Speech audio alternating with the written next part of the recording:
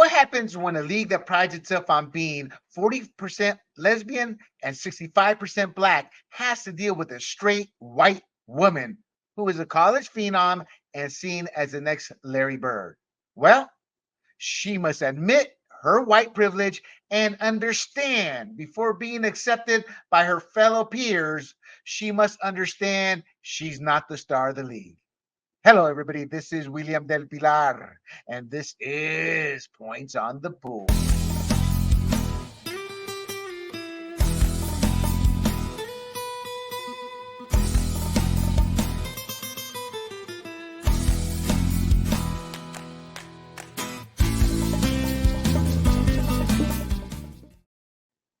Hello, everybody.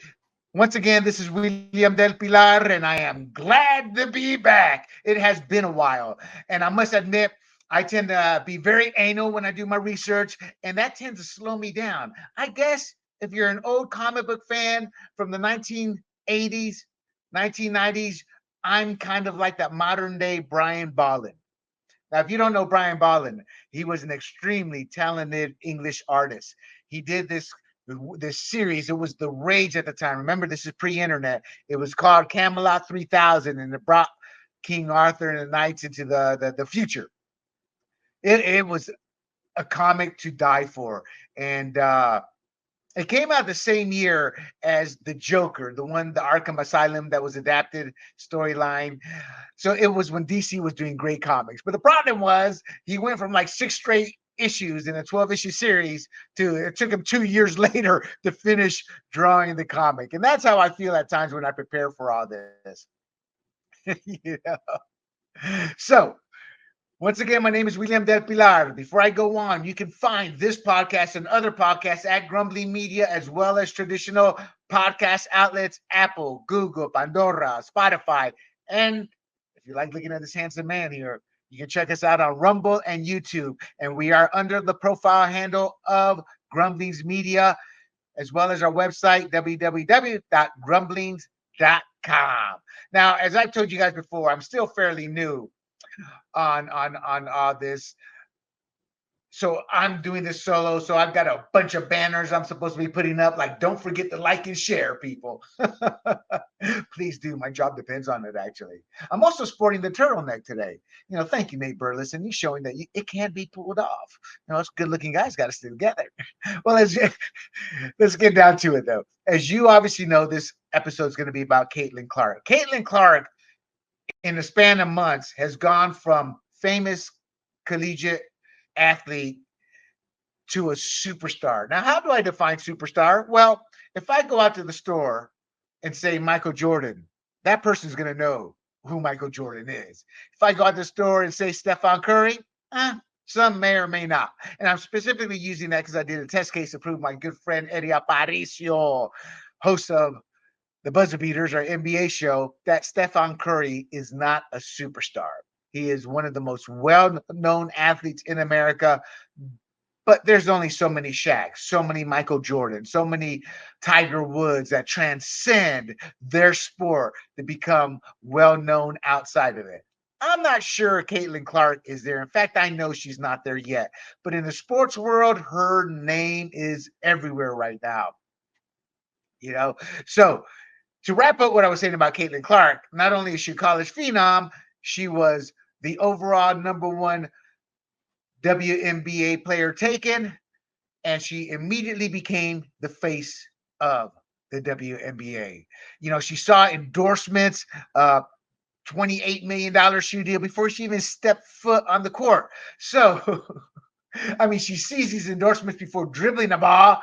That puts the biggest deals previously by any WNBA players to shame.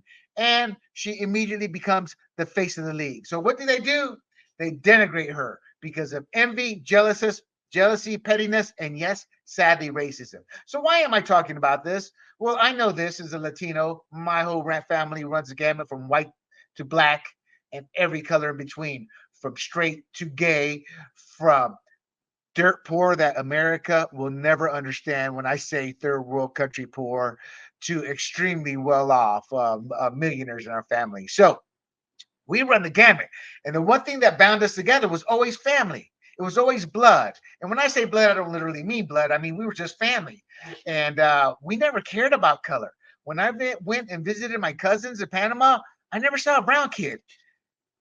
They never saw a white kid, because I'm a very light skinned Latino. In my hair, I'd be grabbed, looked up, the eyes, hey, he's got blue eyes. Where did that come from? Or this or that. And I'm talking about 5, 6 years old, and eventually stopped. I never thought twice of it. I didn't hear the N word till I moved to these United States of America, and they called my grandmother that. So that alone will tell you how we diversify. And what I have seen over the past, my whole life, actually, I saw it when I first moved to the States. I saw where Black Americans were at the same time treated poorly, but could get away with saying things or doing things, and nothing would happen for it, whether it's using the N word, white person, black person. But I always was offended when they would use the terms like redneck, terms like that, because those are racist terms. They're not said in a polite or funny way. They're said in a derogatory way. So to me, that is just as bad as the N word. So I saw this unfairness because I was equal. They were equal. In the military, my dad served, had a lot of black men under him, had a lot of black minorities above him. I went through the same thing. So I look at this racism as it's a genocide they are wanting to happen, the elites. It's a culture war based off of class, not skin color, but they have made it skin color. And with Caitlin Clark, since the Obama years, it has been a one-sided playing field, for lack of a better way. If you weren't black and you said something, you were deemed racist and you were canceled. Well, with Caitlin Clark, we're finally seeing the pushback.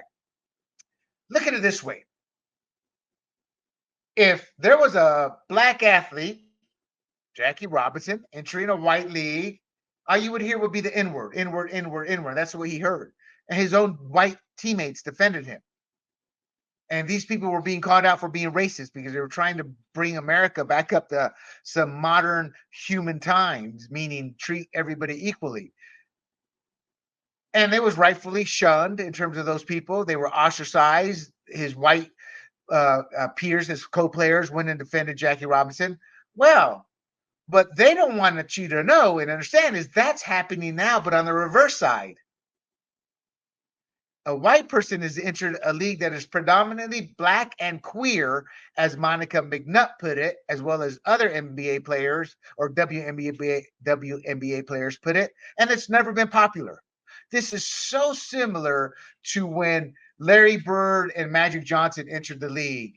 They knew Magic Johnson was going to be a natural star. They knew Larry Bird was going to be a natural star, but they knew that Larry Bird was going to be the one to bring in all these white fans.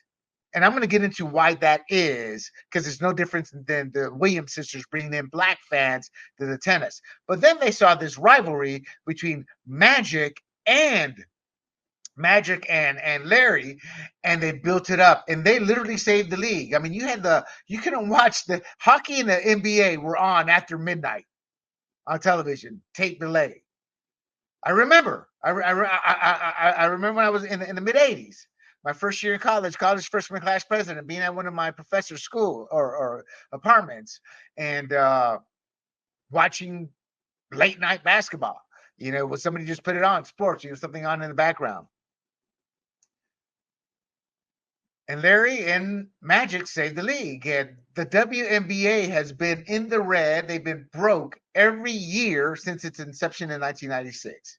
So what do they do to a potential savior of the league? A woman who says the right things and can help. When I say she says the right things, it means she denigrates nobody, she badmouths nobody, and she's very positive. She's one of these, damn, is that a real person? She's so positive, But what do? They denigrate her because of envy, jealousy, pettiness, and yes, racism.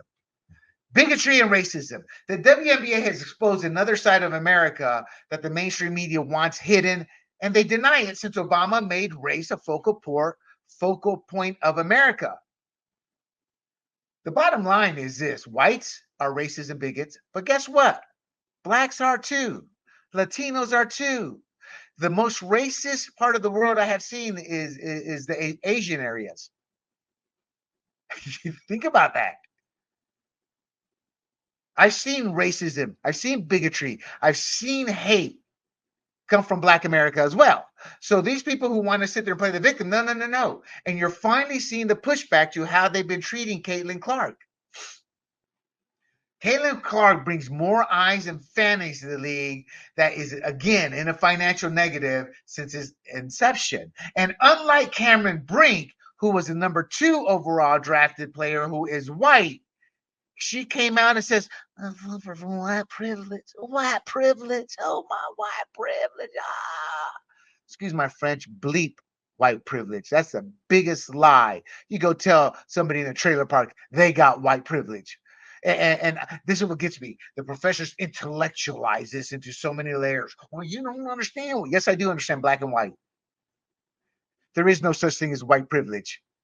If there was white privilege, BET would not have existed. Soul Train would not have existed. Nothing would have existed that is black, because the white privilege would have been our trait that created or been the trait of whites that created white superiority. I mean, this is the country of opportunity, and blacks and Latinos, myself, have experienced the American dream as a Latino because of the opportunities. And I didn't care how many white companies there were, or black companies, or Latino companies. I knew I had the opportunity to succeed, and succeeded because I was an American citizen in the greatest country of the world. But the elites want us to look at skin color, and it's working so far. But we're finally seeing pushback over the last 3 years. Thank goodness. So, Cameron Brink, well, white privilege, she's useless. She's about as useless as a used roll of toilet paper. That's what I think of people who sit there and become subservient. I don't care if you're black, white, Latino, or what. You never bow down to another human being, period. And claiming white privilege is bowing down to the queers and blacks, as Monica McNutt put it, of the WNBA. And that is what is expected out of white female basketball players, whether it's Plume, that girl Plume, Brink, or any of the head coaches. That's what's expected and demanded. And Caitlin Clark is on an entirely different level. And the fans she's brought in, people like me, activists like me, I'm going to call it out when I see it. And the problem the league is having is it's not succeeding in whitewashing the truth here and trying to create a different narrative. So for example, another example is most of the league supports a player like Angel Reese. She's a young 22-year-old black player, pretty girl, perfectly suited for marketing. If she wasn't such an idiot in terms of how she acts, she's a mean girl. And she hates Caitlin Clark, in my opinion, because of petty envy. But it's envy that's exposing her racism towards whites. And that's the ugly thing.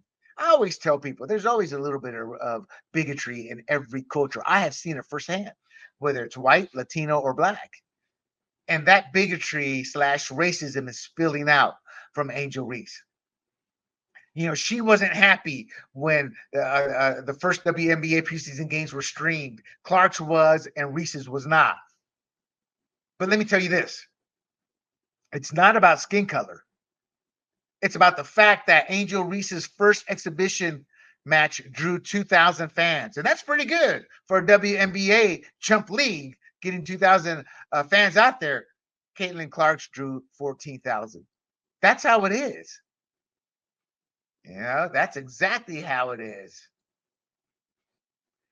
So instead of embracing Clark to help grow the league, they again let their bigotry, jealousy, envy, and yes, racism be out on public display. It's easier to hate and be a victim, as Democrats have pushed, promoted, and succeeded in making America become, than it is to embrace and look towards success for everyone in the league versus just the lesbians and blacks who have not seen the success they feel they've earned.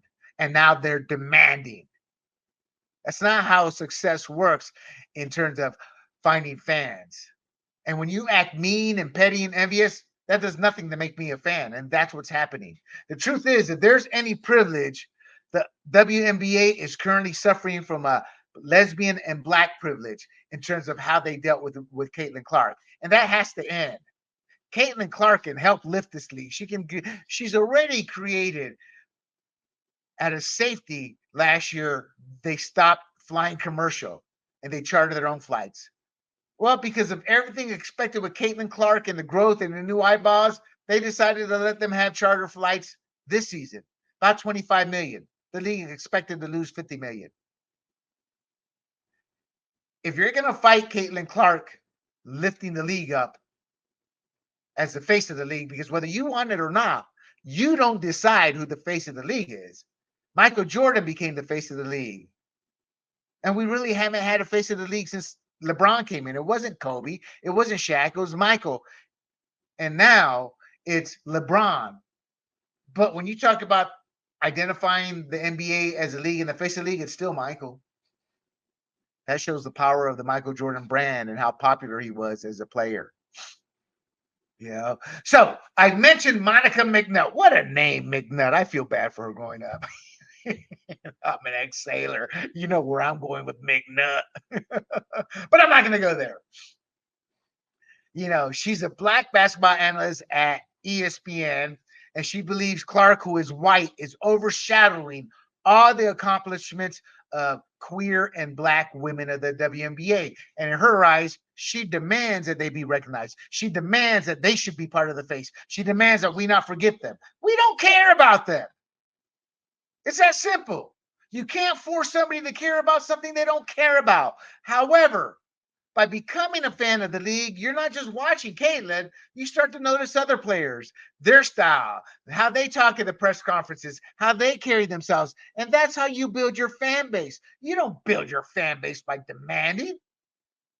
You know, when Tiger Woods became the face of the PGA, did white players demand? You look at Phil Mickelson, Arnold Palmer, you recognize these great white men? No.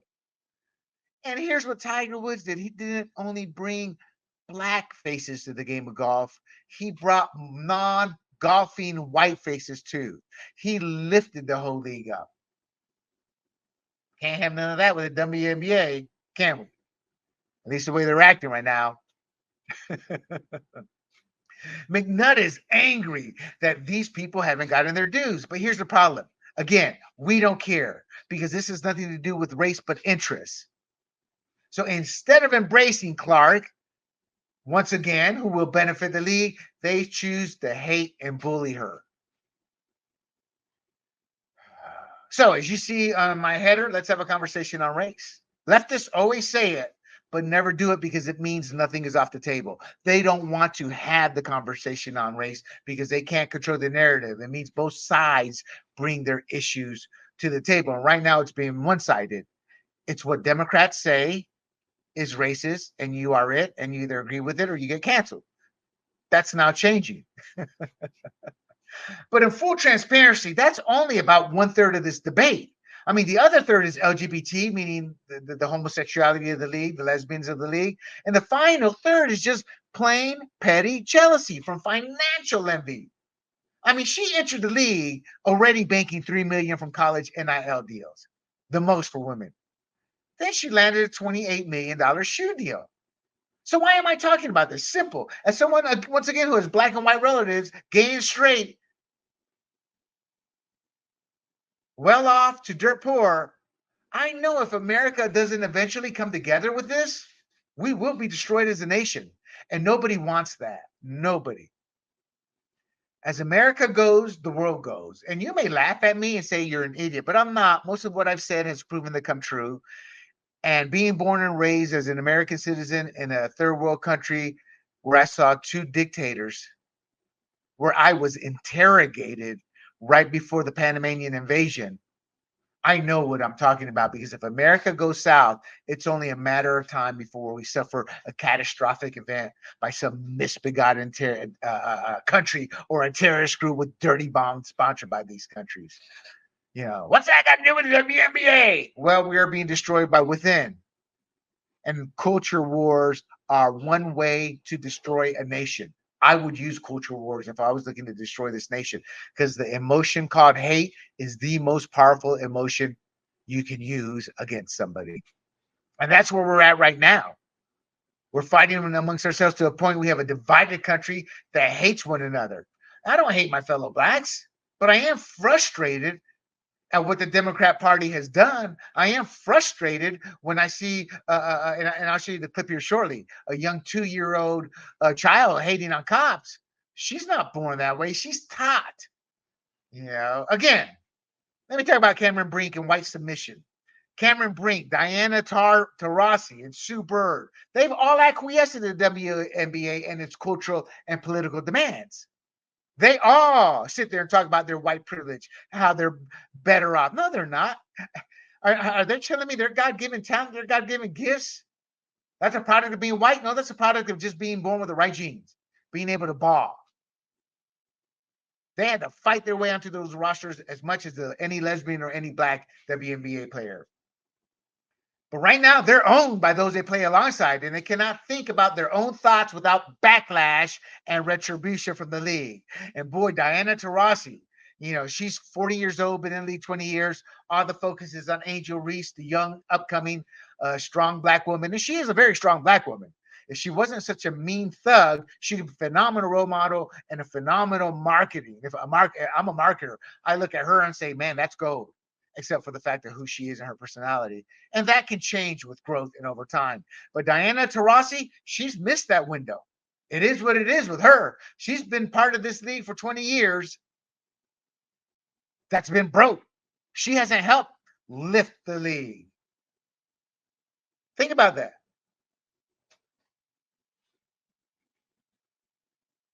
Once again, they cannot think their own thoughts and speak it out without backlash and retribution from the league, as we're seeing with Caitlin Clark, with what the media is trying to do to her. And again, so they're demanding she properly realize where she stands and that she is not the face of the WNBA. Clark is accused of many things. White privilege. Oh, my white privilege. She's accused of having pretty privilege. Gosh, I got a hair right here in front of my glasses. Excuse me. Pretty privilege. To each their own. She's just another woman to me. Tall, angry. I'm Latino. We love them curvy. That's right, women. I said it. I'm not ashamed. All women are beautiful because there's somebody for anyone out there. There's always someone for somebody out there. So to me, she's just another basketball player, but some people view her as pretty. She's also seen as having tall privilege. Have you ever heard of tall? Yeah, I hate guys who are tall, man. Screw those mother tall privilege. People say if there's one thing you can change about yourself, what would it be? I'd say my height. So I don't think she has tall privilege. I just look at her as God bless you. And then there's even heterosexual privilege. Once again, the league is made up, 40% lesbian. So some people even say she has heterosexual privilege. So think about that. White privilege, pretty privilege, tall privilege, and heterosexual privilege. None of those are real, but that's what racists and bigots do to create hate. What they're implying is that Anglos are just natural racists because of all the privileges they have, or natural bad people. And that's what they used to say about blacks back in the day. It wasn't true for blacks. It's not true for whites. It's that simple. So Caitlin Clark, before the WNBA, she was the best player in NCAA women's basketball. She was a face of women's basketball before she even took a step on a WNBA court. I'm not here to discuss her college ball. We could be here for 2 hours and I still would just scratch the surface. But let's talk about some of the accomplishments. She became the all-time leading scorer in NCAA Division I basketball history. She surpassed a record previously held by Pistol Pete Maravich. Now, in Pistol Pete's defense, and in defense of the woman who's got the most points scored, I don't know who she is. She was whining about it. But there's a little bit of legitimacy in that. Pete Maravich and the woman who held the record prior to Caitlin Clark breaking it, there was no three-point shot at that time. Here's the ugly truth. And I don't agree with it, but it's true and I have to accept it. It's not Caitlin Clark's fault. They now have a three-point line. Clark also set the record for most wins in a single season in Division I women's basketball. She holds a record for the most career three-pointers made in Division I basketball. Clark was the first Division I women's basketball player to record a triple-double in the NCAA tournament. She can ball. There's no doubt about it. In fact, she was balling since 7th grade when she first got contacted by a university. She led the nation in scoring and assists for 3 consecutive seasons. You see, that's the other thing with, say, Angel Reese. She's envious of the skills Caitlin Clark has and that fact that she's just not as good as Clark. And that's fine. You got to strive to become one of those players. A lot of players didn't like MJ, didn't like Bird, didn't like Magic because they were better. Well, you got to develop and play your game and maximize it, and good things will happen. It's not about comparing your game to somebody else's when you're at that professional level. You know, it's about helping get your team to a championship. Clark was named the National Player of the Year multiple times. Overall, Caitlin Clark holds more than 30. 3, 0. I was just thinking if I did the okay side some more. See, he did the okay side. So here's the final caveat. Caitlin Clark's only 22 years old. She is still developing physically and mentally. She forewent her final year of college her final year of college eligibility to enter the draft. And I don't blame her. She had 4 years. I would have stuck it out to try to get that national championship. And here's the thing about her not having a national championship. Well, neither did Larry Bird, but she was the only star of her team. Diana Taurasi was trying, she lied. That little bigot just lied her tail off. You know, I got picked the first Olympic team because I had 3 or 4 national championships. Yeah. You also were surrounded by an overall like 20 some odd players that went on to play the WNBA. I think Caitlin Clark had like 0, or if any, a few. You know, there's a big difference it's a team sport. Diana Taurasi is so full of bigotry, so full of hate, so full of jealousy, so full of envy. She's just butthurt that this kid who's done nothing in the league yet has superseded her by light years, and she's been doing this for 20 years. That's what that boils down to. And because of that, how Caitlin Clark has just immediately surpassed these women, you know, these current players and former players, and even analysts, i.e. Monica McNutt. I want an order of Monica McNutts. And too many so-called legends of women's basketball who no one knows. They all either hate Caitlin Clark or want to see her fail because they don't want a heterosexual white woman to be the face of the NBA. And financially, she's living larger than any of them in terms of WNBA money and marketing money generated through the WNBA. She also had 11 NIL deals worth, again, a combined $3.1 million in college. She ranks 4th among all NIL eligible athletes and 1st in women's college basketball. And unlike Deion Sanders' kid, she obviously knew how to manage money. She hasn't declared bankruptcy. Obviously, much more than her so-called rival Angel Reese. They're still looking for a rival. You know, Angel Reese is talking a lot of trash, talking a lot of hate, but that doesn't create a rivalry. All it shows is a petty young woman.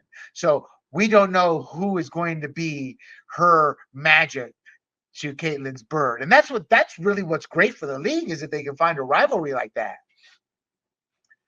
You know? So some of her NIL deals, listen to this: Nike, Gatorade, Buick, State Farm, Bozy, Shootaway. I never heard of them. Hy-Vee, never heard. Must be local. But H&R Block, Goldman Sachs, and a few others you've never heard of.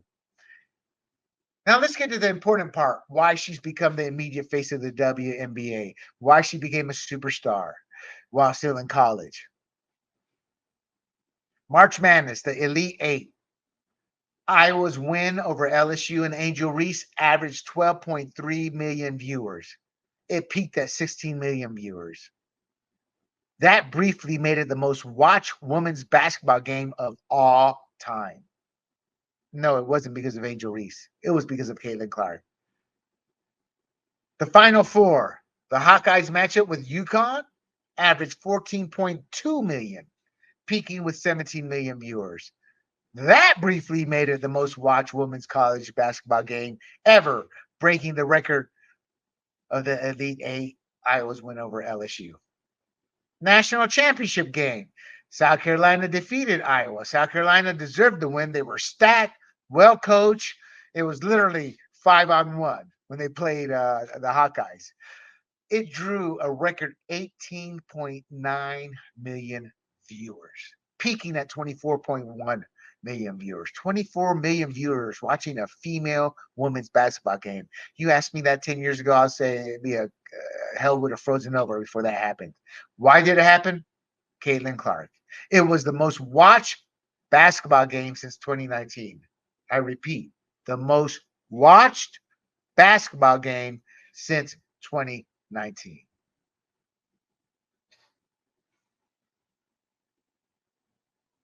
She became the number 1 overall WNBA pick and immediately became the face of the NBA. Oh my goodness. I screwed up here. I have to find this video. I want you to see the WNBA before they were the WNBA. And I have them on here in a slot. Let me just get to it real quick. Come on, William, open up. Hurry up, hurry up, hurry up. You got to see this. This was Chicago. Woo! Absolutely nobody there. Nobody. Yay! Look at that. Absolutely nobody. That's a parade given to the champions. That is the WNBA before Caitlin Clark. Think about that. Okay. Oh, man. So what is the incident that sparked all this hate? Well, it's because up to this point, everybody saw what was happening. Negative things were being made of her. They were screaming about her being white, straight, not respecting the league, that she's not the face of the league. She's done nothing. And it all boiled down to 2 things: being white and straight. And Monica McNutt gave up the secret. The WNBA, in her mind, and literally everyone in the league's mind, it's queer and black, period. And those are the people who should be recognized. And that is what should be the face. So what took this to another level? Well, I'll tell you what took it to another level. I will show you what took it to another level. It's the foul that's gone viral. Clark. Boom! Out of nowhere. And before that, I mean, that's clearly which was called. The question is, will they call it unnecessary? Kennedy Carter.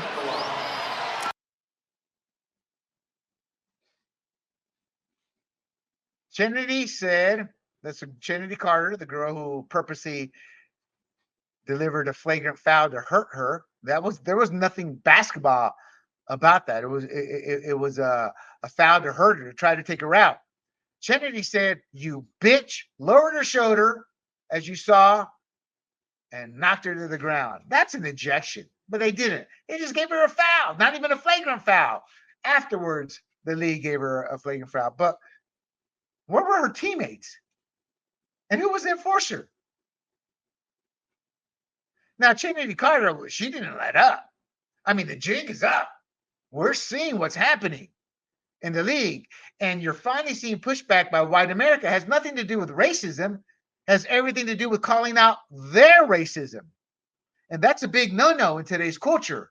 But it has to happen for us to unite, to come together as a country of people. You have to call out the bigots, the racists, those who keep pushing this hate and to keep us at war. Right now, it's the politicians who have done that, the Democrat Party.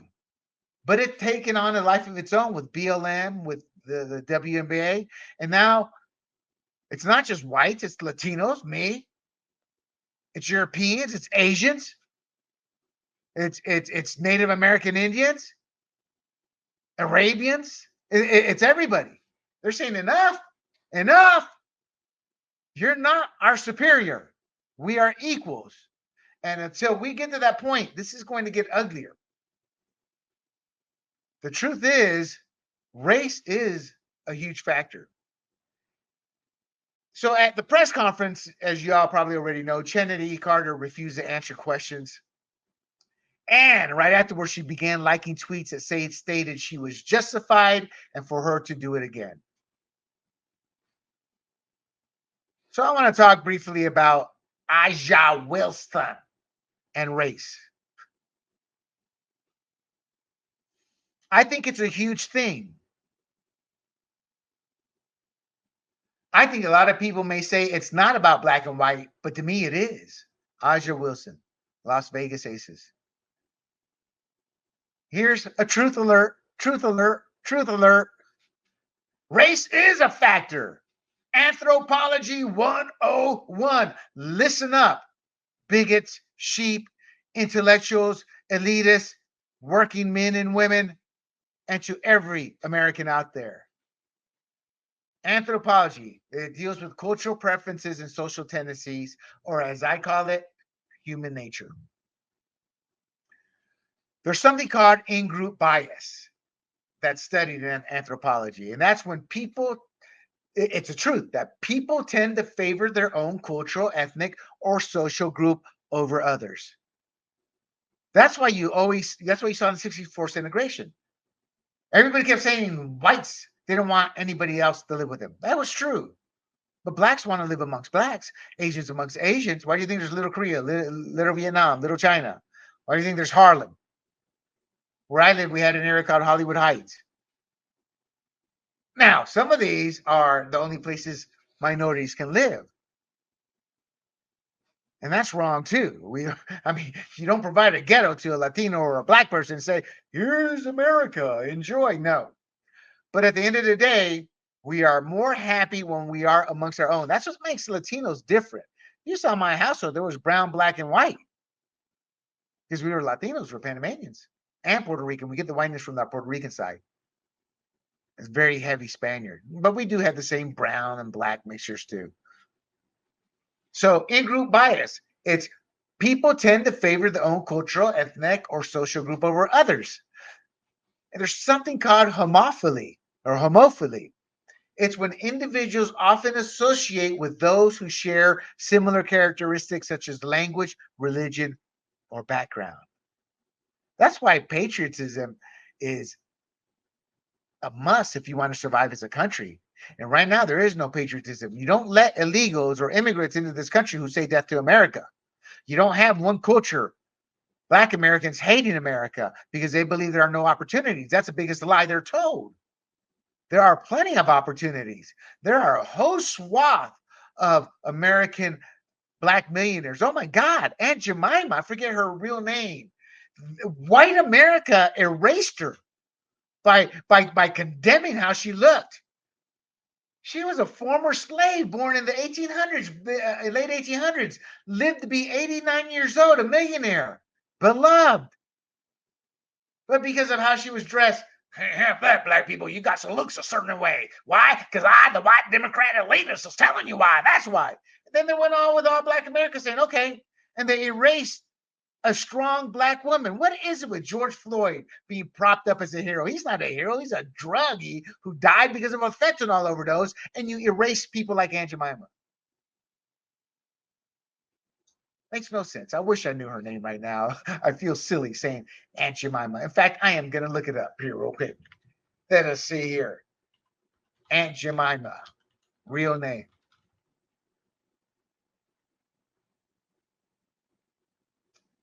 Man. Now, some people say she was exploited. I don't know. I mean, there's always that possibility. They tend to do that with anybody, whether they're white or black, in terms of making money. I don't see her real name here anywhere. Anyway, let's move on. I don't want to get. Here we go, Aunt Jemima. That can't be right. I don't think it was Tess Gardella. Let's see. Aunt Jemima, the original version pancake mix. Pearl Million was modeled after the famous for mommy. Are you kidding me? Nancy Green. They don't have that till 1, 2, 3, 4, 5. The 5th paragraph. Here's Wikipedia, a hardcore leftist lying website. They don't even have the strong black woman's name of Nancy Green. They've erased her from history. So don't talk to me about racism being conservative, because that's the biggest lie. We are Republicans who come from the party that existed solely to free the slaves. It's a Democrat who have continued the plantation since the 1960s. So I'm going to repeat this. Homophily. Individuals often associate with those who share similar characteristics such as language, religion, or background. That's just a fact that is transcends every culture. Comfort and familiarity. Being with one's kind provides comfort, shared experiences, and familiarity. Social identity theory. This theory explains how people derive self-esteem from group affiliations, leading to a preference for in-group members. You get a black fraternity, I think that's racist, as racist as a white fraternity. But it's an example of the social identity theory. You know, homemakers would be one. Women want to be homemakers. You know, it's a social identity theory. You know, comic book collector, social identity theory. But there are stereotypes and prejudices. Cultural biases can lead to stereotypes and prejudice against out group members. So you got a league that is 40% lesbian, 65% black. Here comes a straight white woman who's seen as the face of the league immediately, has shattered every record by any lesbian or queer in the NBA, or I'm sorry, in college, and she is seen as an out group member. That's where the racism comes in, the prejudice. Then there's cross-cultural interaction. Efforts to bridge cultural gaps can promote understanding and reduce biases. I just said this to my partner, Big John. I said, Big John, I just don't see the racism you see sometimes, because I understand where it came from. And it's hate, and it's promoting the racism. And that's kind of what's happening here. Their hate is creating this racism, and they need to understand why. And once they look in the mirror and understand why they're being racist, they can begin to change. For the WNBA, it's the lesbians and queers, or the lesbians and blacks, who need to look at that. And others could be white, could be Latino, could be Asians. I have dealt with Asian racism. We all need to look in the mirror at ourselves before condemning anybody, but we don't want to. It's easier to play the victim. It's your fault. It's like every freaking 6-year-old kid I know. So again, when an outsider enters their world, Caitlin Clark, who's straight, white, financially successful, before even playing a game, human nature shows its ugly colors: racism, bigotry, envy, jealousy. Some of these ladies will look in the mirror, especially once they get to know her. I mean, she just seems so nice, you know, and they'll change, but some won't. Jealousy is as powerful, and anger as hate is. Anthropology is actually one of your basic college courses. I think I took it my second year, my first or second year as an elective. And sociologists, which they are part of the anthropology, study how individuals organize themselves based on characteristics like race, ethnicity, and other social factors. Here's a problem. A lot of these morons make assumptions. I mean, they were looking at tribes in Africa and in the Amazon, saying how they're perfect. They all love one another. They work in harmony. And I can tell you, being Panamanian, knowing some of these people, no. Every culture has the same emotional and racial and just general dynamics as American culture does. We try to separate human nature that is in every trait and try to put it only on certain traits. You know, it's like Eurocentrism. You know, it's like, Europeans are racist. Really? Well, all the Indians were racist and bigoted towards others until the English conquered them. American Indians were cannibalizing each other, sacrificing one another, killing one another. Then the white man came and took them all out, but they had their own issues. So this pattern of lies that we see by trying to put specific traits on only one culture is the worst thing you can do, because it creates hate and envy, and nothing good comes out of hate and envy. And as I've already told you, the preference for people to live with similar like beings is known as a homophily effect.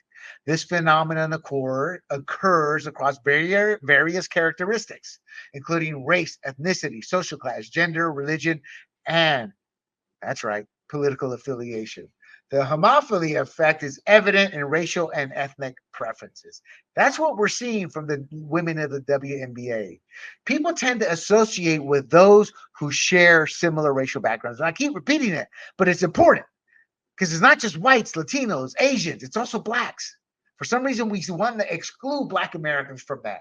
And for us to come together from this racial war Democrats are creating, we all must look in the mirror.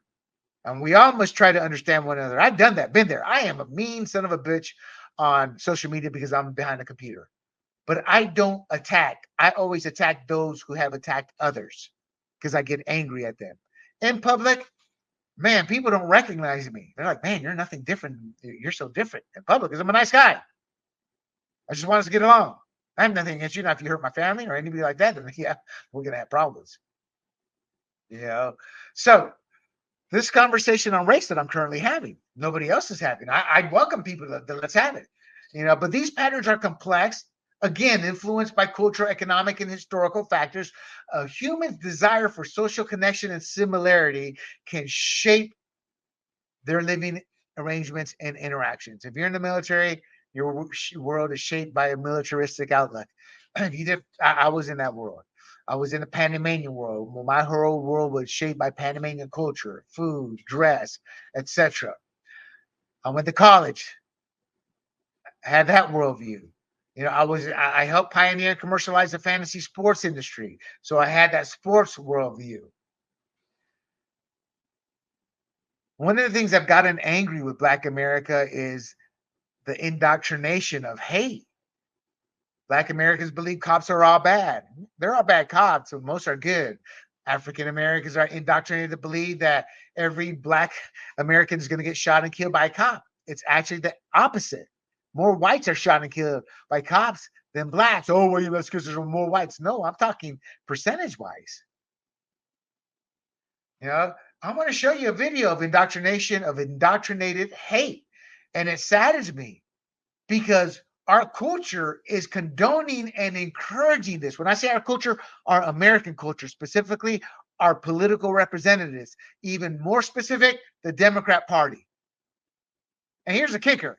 Whether they're Latino, Black, white, or whatnot, a lot of these congressional representatives don't even live in the ghettos or barrios or trailer parks they came from that elected them. They live in the nice, rich suburbs with gated communities. But this is what comes out of the projects, the barrios, the trailer parks. It's not just Black, it's Latino and white. They each grow up with their racist hate towards one another. Take a look at this video here. It saddens me. Let's see where I cannot find it. Uh-oh. Oh, no. Here we go. Check this out. This is a young child, 2 years old. She's hating a cop. Hating a cop. Young child. That's indoctrinated hate. You're not playing with that. There was a free time. A lot of Democratic leaders and then the Black supporters were parodying that white people are doing. No, you're not.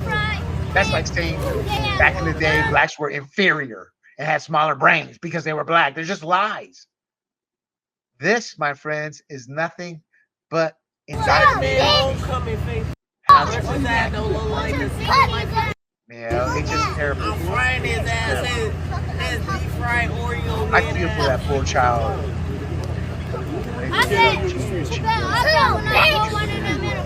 Girl grows up. She's gonna grow up with a Black heart. And it shouldn't have to be that way.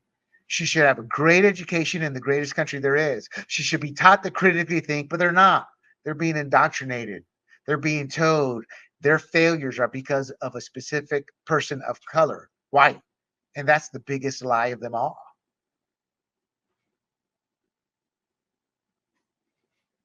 Part of the interruptions, Michael Wilbon called out the national media for failing to recognize race in Trinity Carter's heartfelt and Caitlin Clark. Yeah, well, those are white eyes she's brought in. Again, what I just tell you, people are more comfortable, they support their own kind, etc. You know, Wilbon discussed the importance of race in the discussion of Caitlin Clark and how Larry Bird and Magic Johnson's rivalry impacted the NBA. You know, Caitlin Clark is, I mean, there's 40% whites and a few other mixtures in the league. But it's predominantly a black and lesbian league. You know, Clark is a white American star, the face of a league that is comprised of queers and blacks. It's okay for people to admit that they identify with someone. Every culture allows that in America, except for, that's right, the white culture. If you're white and you like a guy because you're white in a sport dominated by another culture, you're deemed a racist. Man, there's just racism and bigotry in every culture. And we must fight that within ourselves. You know, Kornheiser agreed with Wilbon, but also told the truth that Clark is being deliberately hit by her opponents. Yeah, and I agree with Wilbon. The WNBA can't legislate this. Clark has to deal with it. But she's got to have some friends on that team. That's a disgrace. If I'm the owner, I would have fired that coach. I'll get into that in a bit. Man. But the truth of the matter is there's this big lie going around about how America is a white supremacist. If America was such a white supremacist country, why since 2010 through 2017 there were over 400 race hoaxes? And a current Democrat, I forget his name, but in Texas or California, Texas, California, was just arrested on felony charges for posting fake hate crimes towards him. He created another Facebook profile, posted hateful comments that were deemed hate crimes against himself to garner support to try to win the election fraudulently. Think about that. Over 400 race hoaxes. The majority of them done by black Americans, with some done by Democrat leftists. Bigotry, racism, jealousy, and ignorance. A study found that when comparing coverage of non-white women and black women, the former gets 2-to-1. That's true. That's what I call an ugly truth. You know, blacks don't support black products, black athletes, black actors, black anything as much as whites do. Can you believe that? I'm a marketer. I know the data. Every marketing campaign I've done has been built on data. I have seen these demographics and they're true. Did you know 70 to 80% of whites purchase hip hop music, not blacks? Back in the days of tape recordings, they were tape recording everything in the ghetto. It was whites in the suburbs who were actually buying the music. And granted, they were tape recording it because they didn't want to pay for an album. Part of it was being poor. Part of it was being they didn't have to. They had the technology at their hands to get the music in a different manner. White Americans are the number one demographic in sales at the end of the day in literally every industry. And this happens because white Americans show greater purchasing power for any product. This has nothing to do with whites earning more. It's what they're choosing to purchase.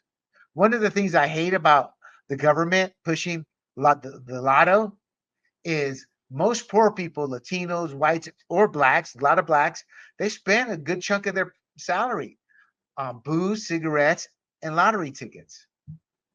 Latinos are similar. It's like they entrap the poor. I mean, think about it. They made booze shops, alcohol stores, an essential. Weed shops, an essential. Really? How did that benefit the average person? It didn't. There's a reason they do that. Man. So I want to talk about Elijah Boston. Elijah Boston, she's a black woman who played for South Carolina from 2019 to 2023. She's actually, I believe, Caitlin Clark's teammate. She felt she did not get the same media coverage as Caitlin Clark because she was not seen as a personality. And that's true. Caitlin Clark's not really that much of a personality, kind of demure, soft-spoken, but she does hold over 30 NCAA records. College fans flock to go see her. You have to be all those things to garner that kind of attention. That's not racism, as some people have said. No, that's just ignorance and not understanding how it works. Her agent needs to sit her down. Had nothing to do with her personality, but the power of Clark and Clark's accomplishments. Clark's skin color has little to do with the media coverage at that point. She receives media coverage now because she increases everything the media puts out, whether it's eyeballs or read the articles, viewers, its ratings, its sales. Clark moves the needle. Most other women in basketball do not, including Diana Taurasi or Aja Wilson. Not in the way Caitlin Clark does. Bigotry, racism, and jealousy. Jamil Hill suggests Caitlin Clark is popular because she's white and straight. Again, we would all be naive if we said that was not true, because it is true. You know, it's kind of like we try to change truths of human nature. It's like when Hillary Clinton said, and others had said it before her, and they were also condemned, when she said, well, Obama wouldn't have gotten elected if it wasn't for the white vote. And she's 1,000% true. Just because you don't like that fact doesn't make it untrue. They called her a racist, and she came out with an apology she never meant. I wouldn't have apologized. I would have doubled down because it's true. There's just not enough blacks in this country that have gotten Obama elected. You pull out those white votes and boom, whites are willing to look past skin color, despite the lies that the Democrat plantation is putting out. So here's what Jamil Hill said to the LA Times. While so many people are happy for Caitlin's success, let me see if nope, looks like I did not put that down. So let me read it to you. While so many people are happy for Caitlin's success, including the players, this has had such enormous impact on the game. There is a part of it that is a little problematic because of what it says about the worth and the marketability of the players who are already there. Well, who cares, Jamil? Those players have to go make it on their own. It's not your job, my job, to help support those players and their brand and their marketing. They have to earn the fan support. They have to earn the fans' support to buy their jersey. To buy in fact, speaking of jerseys, the Angel Reese fans were, look, our jersey sold out too. They can only make an X amount of jerseys. I'll get to that in a moment. So my take to Jamel Hill. Did she ask this when the Williams sisters came into tennis? When Tiger came into golf? No, she didn't. She didn't say, well, it's a little problematic there with all these white players in golf that just haven't gotten their due. You know what I'm saying, LA Times? Jamel Hill feel for these white players. I feel for these white tennis female players with the Williams sisters coming on and just dominating. No, she never said that. She's saying this. Jamel Hill is a black supremacist. She demanded the ability for black Americans to be racist towards Asians in college entrance. She didn't care that the Asians had merit, had better grades, and earned the spot. She wanted a black kid to be put over them. And that was the policy for a long while until the Supreme Court got a hold of it because an Asian group sued and said, and she lost. So Jamel Hill has toned down since then. And with this Caitlin Clark thing, she came out swinging, but she's starting to realize we all know who and what you are, Jamil. So she's trying to, rein that in. So she said this in a diplomatic way. But again, so am I. Did you say it when the Williams sisters came in and dominated tennis, or Tiger came in and dominated golf, about the poor white players who are working class, who don't make it, who are struggling or doing just enough? No. So stop playing the race card in a nice way. It's still a race card. Her claim is based on color and racism, and her background makes that an inarguable fact. When the Indiana Fever drafted her first overall, again, she became the most famous player in the league and the face of it. And Jamil Hill hates the fact that a white heterosexual skinny 22-year-old girl is the face of the WNBA, because she agrees with Monica McNutt. It should be queer and black. Hill lies and states black women are often erased from the picture, and the WNBA should discuss ways not to erase black women from a league they have built. Well, should we find ways to not erase baseball, football, basketball, golf, swimming, hockey, every sport created by white men? No, it's just racism. Again, it's another racist take. She's trying to sound nice and like, yeah, that makes sense. We should know. Didn't do it for one culture. What makes another culture so special? It doesn't. Last I saw, it was white males that built up the NBA. It was a white male that created basketball. It's pretty hypocritical. And my point, I don't care about that. But when somebody tries to play it one way, I point out the other way. Because until we do that and that person looks in the mirror, i.e. Jamel Hill, we're not going to change. We're going to be at each other's throats. I want to have this talk on race. You want to join me? Let's do it. But until then, I'm going to call out how I see it. And as somebody who comes from a mutt family, I have as much right as anybody else.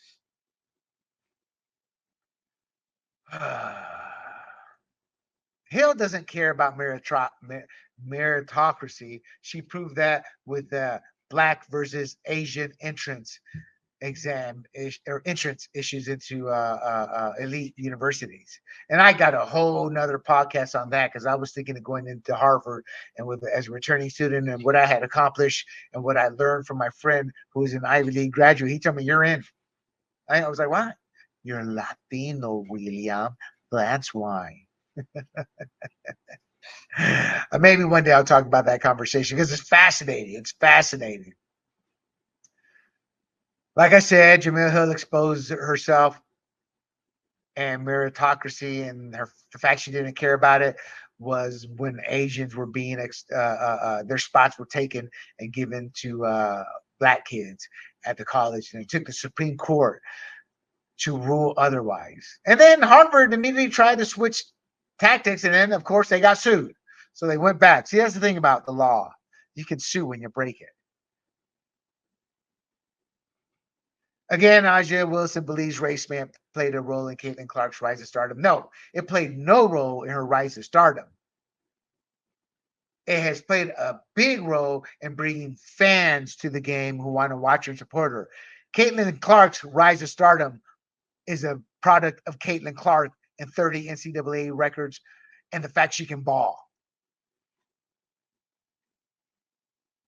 Again, Aja, Tiger Woods, Williams sisters, etc. She can't help Aja Wilson but let her racist tendencies and bigotry supersede common sense. She joins a lengthy list of Black athletes and Democrat leftists who've attributed Clark's popularity to her race. And there is some truth to that, but they hate it, and that's their racism and bigotry. The problem is that history and facts contradict a lot of Wilson's hypotheses, mostly the play of Caitlin Clark. And I don't know if you've seen her last week and a half. She's taken her game up to another level. Now it's taken, and I'm going to do a clip on this. But at first you go, okay, we get the fact she wasn't one of the 12 most elite WNBA players or basketball players in the country for the Olympic team. Actually, the past week, she has been. That's a different topic for another. That's a clip. Caitlin Clark achieved stardom like the Black athletes before her by being the best and most compelling athlete. Bobby Barack said that in her field. He's an Outkick writer. Look him up. Good stuff.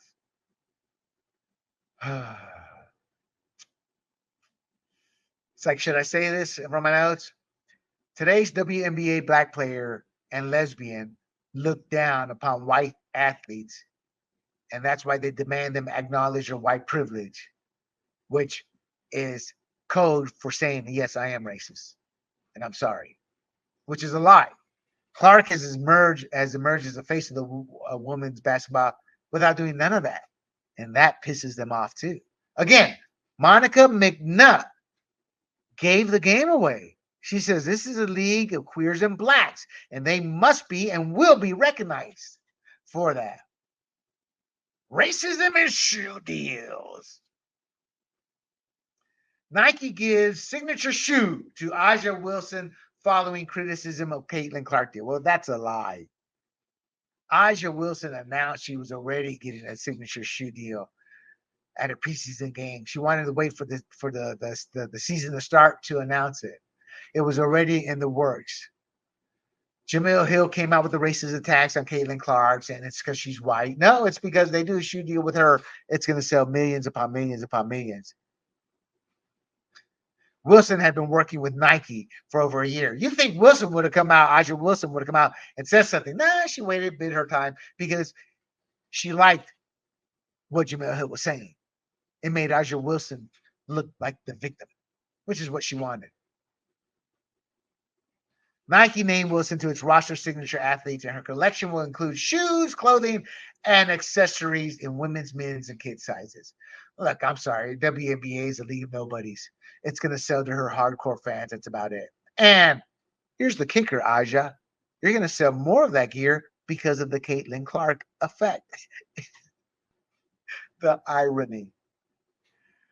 Oh, man. Caitlin Clark envy. Let me check something out here. I want to show you guys something. Let's see. Caitlin Clark envy. Which one is that one? Let's see. Let's see. Here we go. Share. Oh, that's kind of small. Let me make that bigger. Let me make that bigger for you. How do I make that bigger? Let's see. I can't make that bigger right now. You know what? I'm going to pull it out. I'm going to go to, let's see, history, Zoom. Here we go.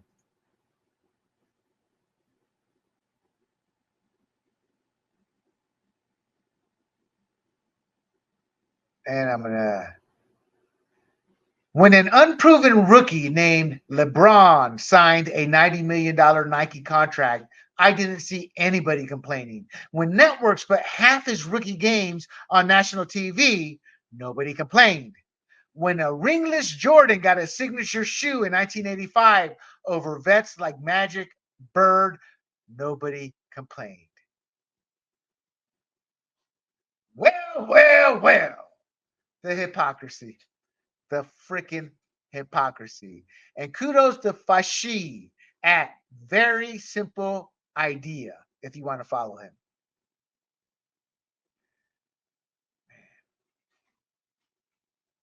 So they really had no reason to be mad at her shoe deal.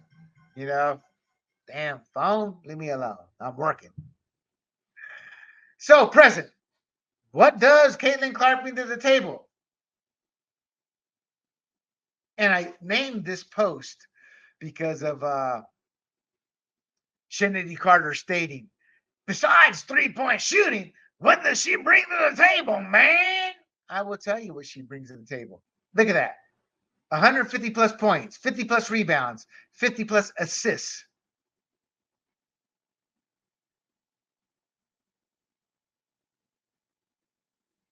First 10 games. Clark joins fellow number 1 overall pick Sabrina Ionescu, I guess that's how you pronounce it, as the only WNBA player in history with what you're looking at right there, 150, 50, 50, all pluses.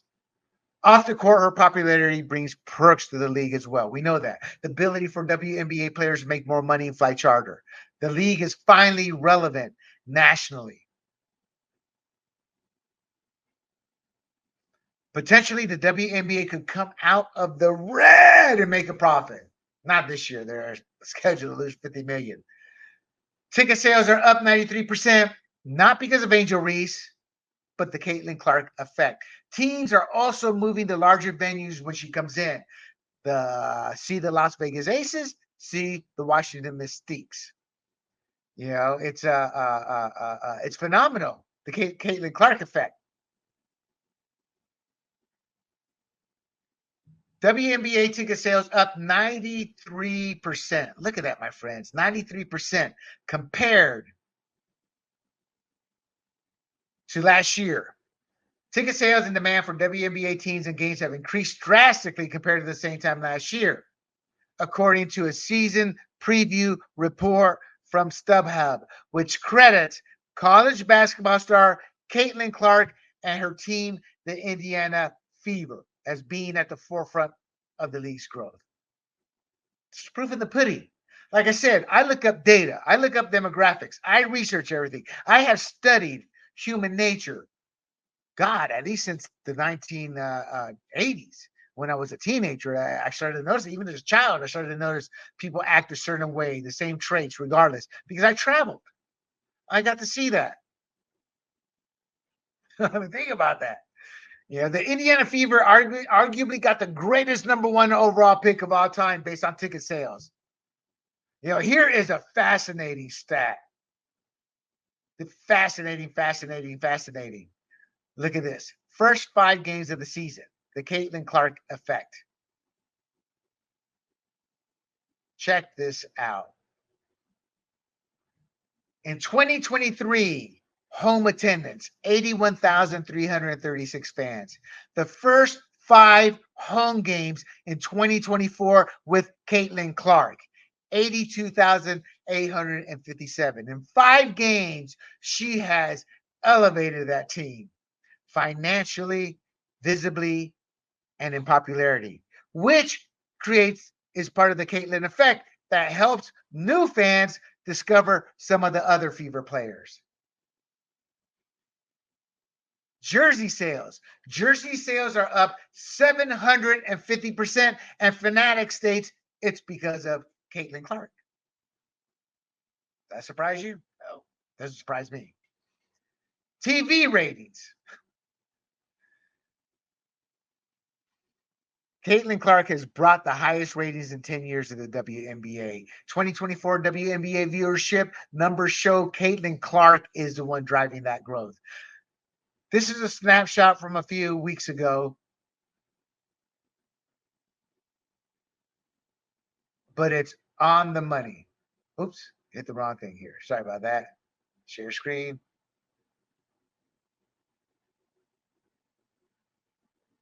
Okay, where's it at? Where's it at? Where's it at?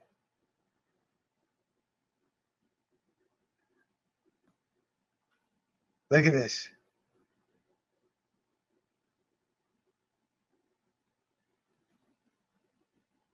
Non-Caitlin Clark WNBA games. It's a snapshot. They average 7,000 people. Look at the numbers from the data. 7.6, 4, 9.9, 7, 3.3, 10.2, 7. Attendance at a Caitlin Clark game, 17,000. Oops, it doesn't show it.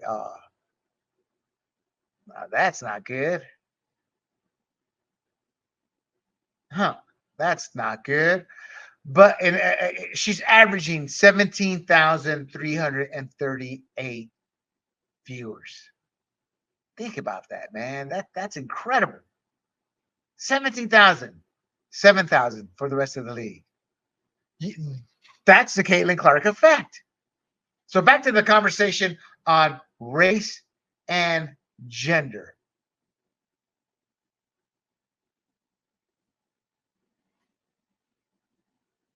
As I've said before, it's not just whites who are racist, but blacks, Latinos, Asians.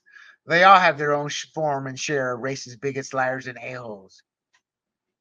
But when you've been taught that you're a victim, it's all the white man's fault, you don't see your racism as racism. You see as the world against you and you're the victim.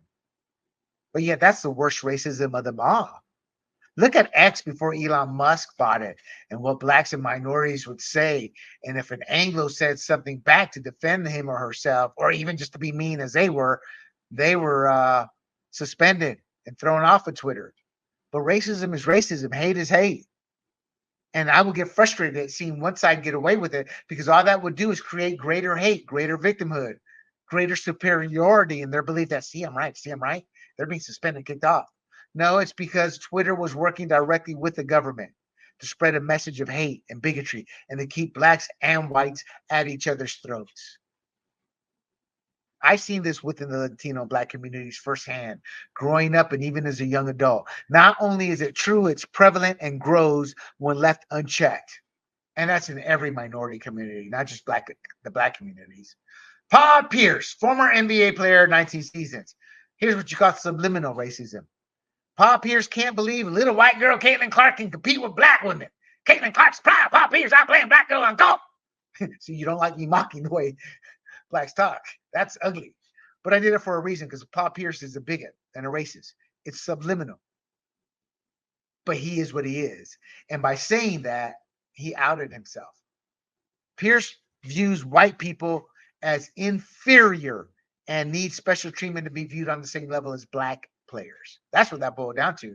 So yeah, I'm calling out a racist bigot there. But what's pathetically sad, he doesn't even see his racism. So I had to let you know, Paul. I had to let you know. Actually, I talk like this when that's my mocking voice of anybody. So whether you're a country white guy or a Latino or a black, whatever, that's my one voice. I fight. It's my foghorn voice. I always think of Foghorn Leghorn of Warner Brothers, the rooster. So racism bigots. Here's the racism bigotry that we have seen so far.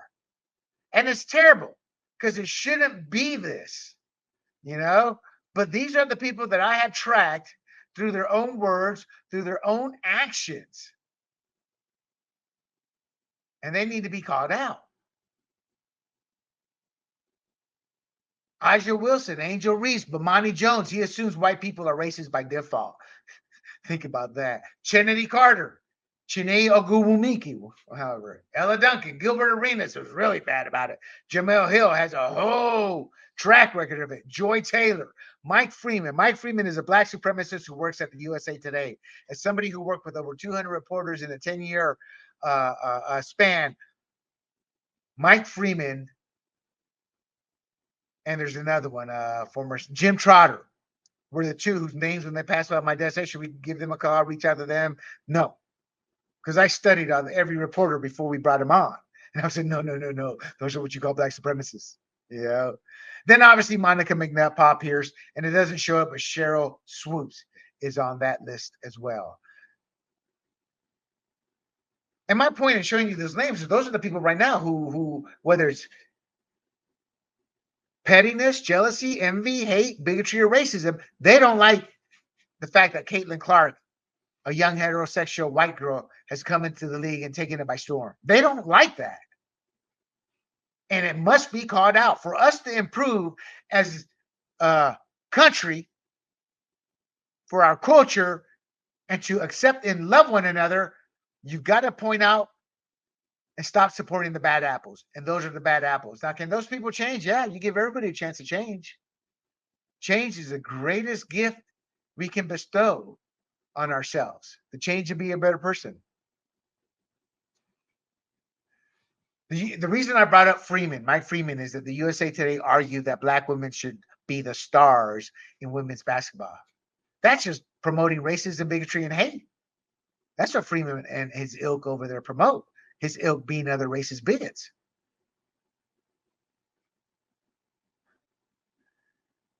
As I said, we must expose these races. The true Angel Reese. Angel Reese states she has nothing against Caitlin Clark, yet can't let it go. She had a press conference about how in 20 years she and others will be remembered for expanding the league. No, they won't. Angel Reese stood and applauded on the bench when she saw Kennedy Carter try to take Caitlin Clark out. Let me show you who Kennedy Carter is.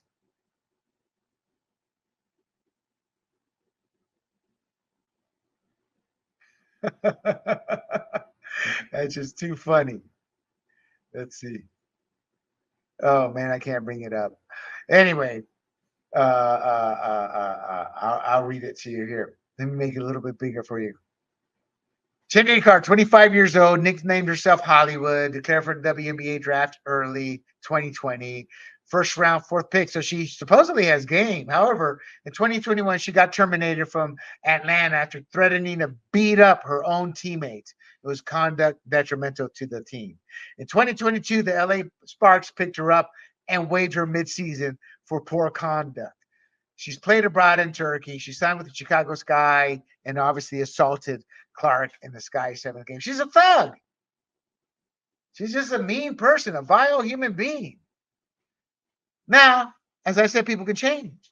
She kind of kept Caitlin Clark from falling down just a few days ago in their second game they played, which Clark and the Indiana Fever took both games. So much for the Angel Reese, Caitlin Clark rivalry they're trying to build that to me really just isn't there. Yeah. And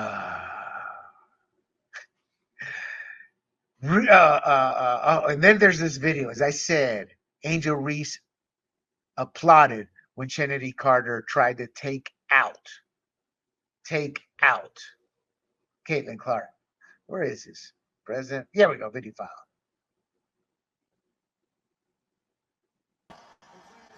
Right there after the hit. Give me the hug. Yeah, you go, girl. You go, girl. That's my girl. That's my girl. Oh, man. With Angel Reese, it's as much bigotry and racism in terms of the hate, but it's mostly just envy and jealousy. And she's so oblivious to her own hate and bitterness, she makes stupid comments like demanding that TV networks promote more teams and players other than the Indiana Fever. Girl, if you can't get the ratings, you ain't going to be on TV. It's that simple. Oh, man. So who are being bigots and racists? I already showed you. Discussions about race and the perceived favoritism towards Clark are coming from within the WNBA, as well as analysts who watch the game, i.e. Monica Mitla, who says the league is for blacks and queers, and they're the ones who must be honored, remembered, never forgotten, and be the face of the league. Not some little straight white girl who has broken 30 NCAA records and is already starting to showcase her skills as we enter the halfway point of the season. Some of these other players may be jealous, but they're letting their victim mentality and being told it's okay to be racist towards others. They're letting all that out, and they're shocked at the pushback. Well, they should be shocked. We don't accept it, nor will I ever accept racism. I'd be doing this podcast if it was a white league with a black player. That didn't happen with Tiger. That didn't happen with the Williams sisters. I mean, there may be a few outliers there. It did happen with Jackie in baseball. That's back in the 50s. We've come a long way since then. Again, if racism was so prevalent among Anglos, why from 2012 to 2017 were there for over, maybe 2010, over 400 race hoaxes? I'm going to be podcasting about that too. Diagramming them all out for you. Well, not all of them, but some of the more famous ones. Because you hear about that when it breaks the news, oh, hate crime on college campus, or this was spray painted on this church or that church. But you don't see the update because it's in the back of the classifieds, or it's just never spoken about, and it's on television. And that's how it turned out to be a hoax.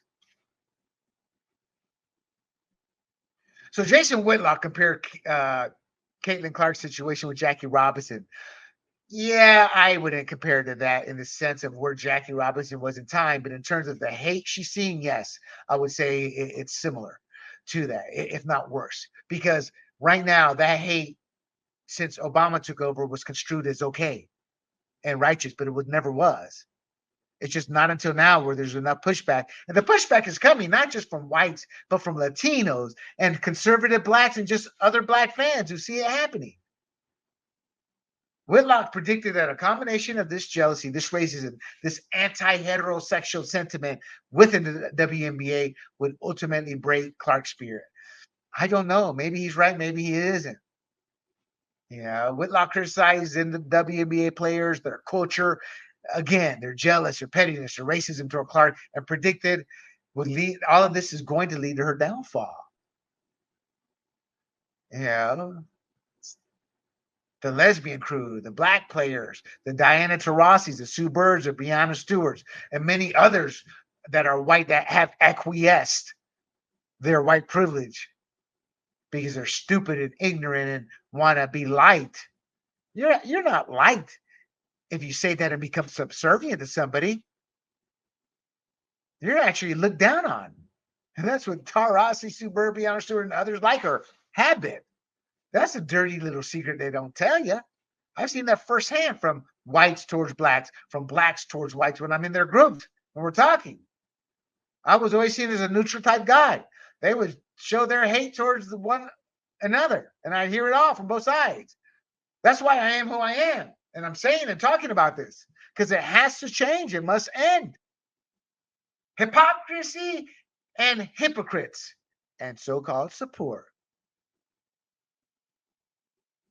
Look at this. Caitlin Clark. Yes. There's no. I think she's amazing. I watched every time I possibly could. In our league, loves her. This has nothing to do. We're just What doing she's our saying job. there is, we We're don't gonna show dislike up. her. We don't. Who is ever on the other team Stop is on with the all the other hate. team. And there's We don't really Aja care. We're Wilson, gonna show up and like do a, us. I And can't so say I the think word, this a narrative hypocrite of with like that fake smile. She's the one who said race was an Caitlin issue. Clark, and even Does the she black and white realize thing, how knock it off. stupid and It's not foolish she there. looks as she does? It's That not fooled there. nobody. So shut down the noise. I mean, Becky Hammonds is the equivalent And of a by the way, thug. what She's is a she, thug 22? coach in how she's treated She's her a players. 22-year-old She's woman being sued because she traded with a lot somebody of because they pressure. were pregnant. And she She's accused that not person of signing their perfect. She's a contract rookie in this league. Like, back off. after she already knew she was pregnant, which seems to be untrue because she's suing them and they don't really have much of a defense. Doctor comes out because easily can tell her, yeah, this is when I told her, notified her. Becky Hammond's nothing but a freaking thug, a piece of bleach, willing to lie like that to defend Aja Wilson, who's already said it's about race. Just stop lying, ladies. It's disgusting. And I'm not going to say it's beneath you because it's not. It's who and what you are. Yeah, I'm just exhausted over the conversation. She says that the narrative that everybody hating on Caitlin Clark is not there and that black and white should back off. Well, she's a liar because it is there and we see it.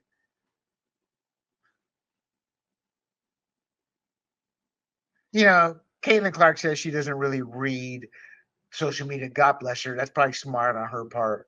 Or she would actually see some of these comments that Angel Reese, Kennedy Carter, Becky Hammonds, Aja, and Aja have said.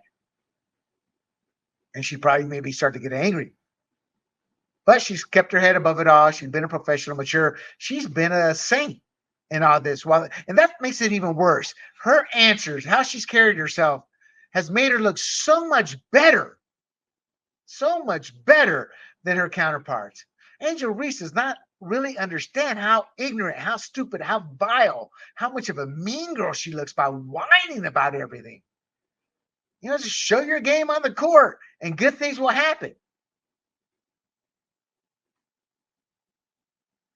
Let me repeat what Aja Wilson said. I think it's a huge thing.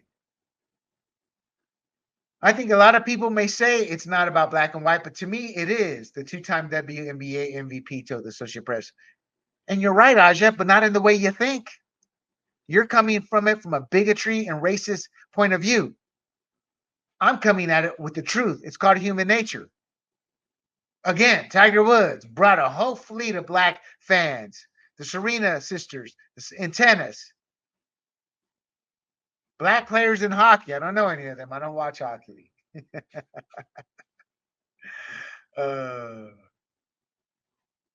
Clark did say there are opportunities for every single player in women's basketball.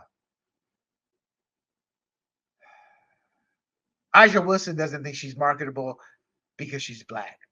Again, it's just a flat out stupid lie from a stupid person. And that's right. Until she changes her tune, it's stupidity because she should know better. Michael Jordan is the greatest sports brand on earth. Shaq is uber popular. Even Chuck Barkley, Charles Barkley's popular. A lot of black faces have become stars. So she's becoming, Aja Wilson is playing the victim here. Oh, well, it's because I'm black. No, you got a freaking shoe deal worth multi-million dollars, but you're the victim. Please.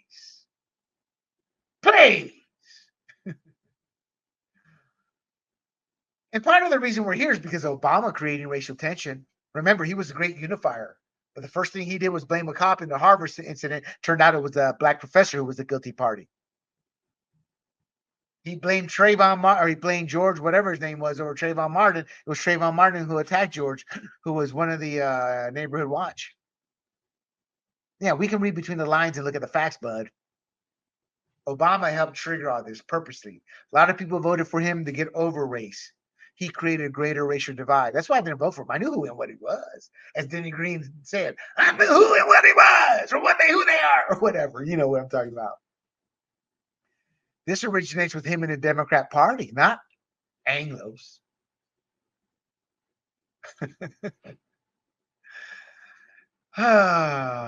These WNBA players, see Brittany Grenier, they brought it on themselves and are blaming others. You don't sit there and say you hate the national anthem, then get legally busted for drugs. That wasn't a setup. You brought illegal drugs into a country that you know is not America. Got caught. and yet you blame that on everybody but yourself.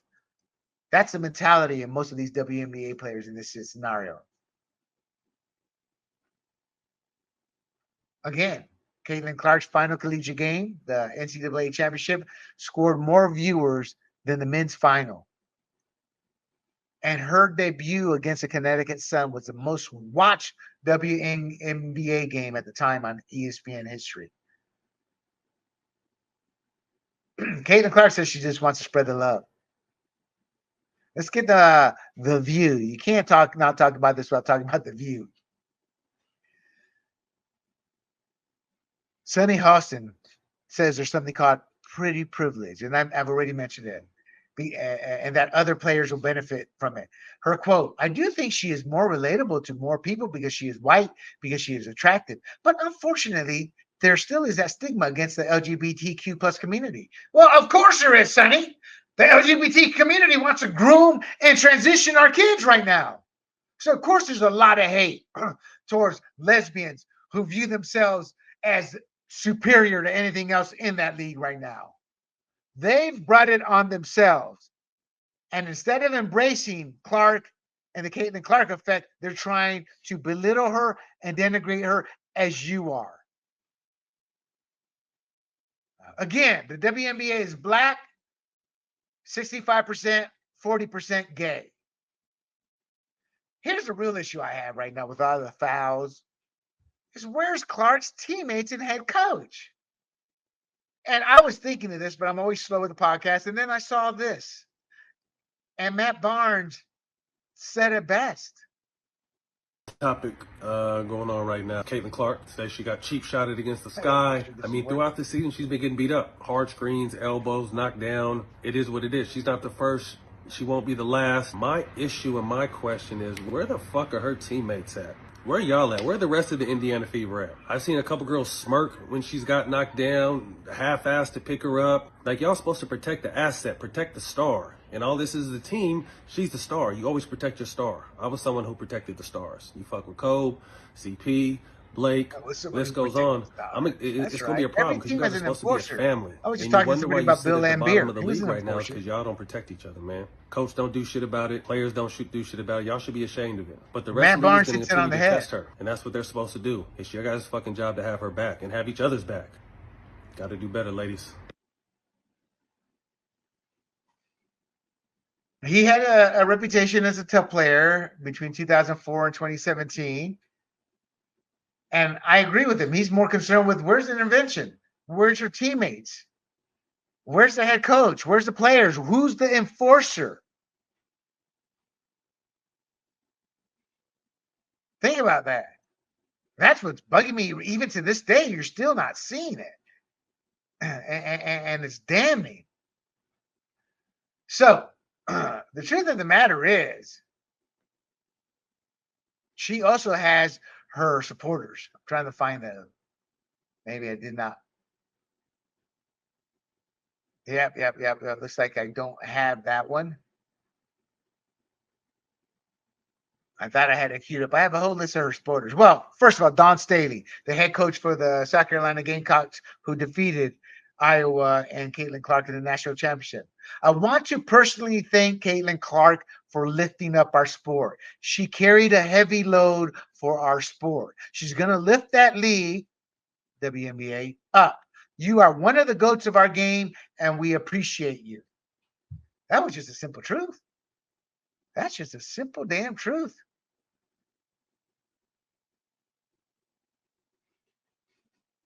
Charles Barkley, the Caitlin Clark hater. Stop being petty. I'm not going to read this whole quote. You can find it out there. But that's what he's saying. Stop being petty. Stop being petty, all you women out there. She got y'all bleeps charters.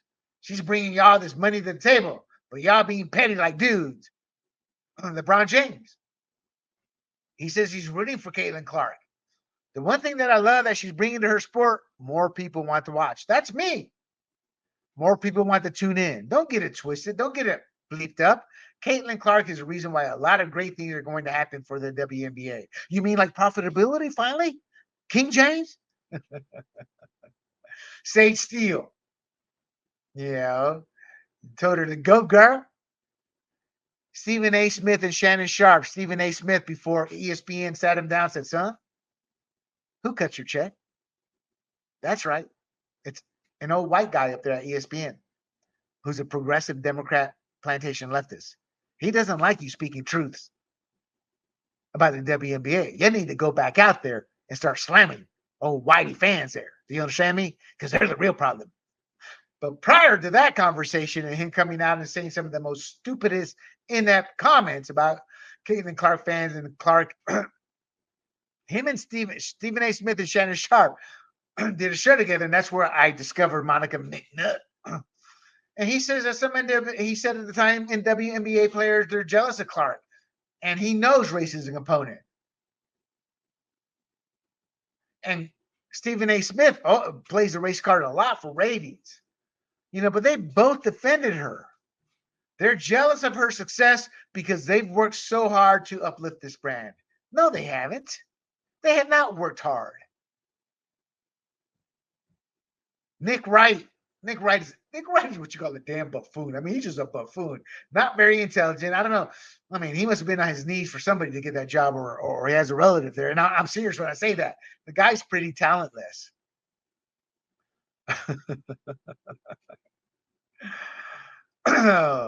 At the end of the day, the WNBA players themselves, they're the ones who are making themselves look bad.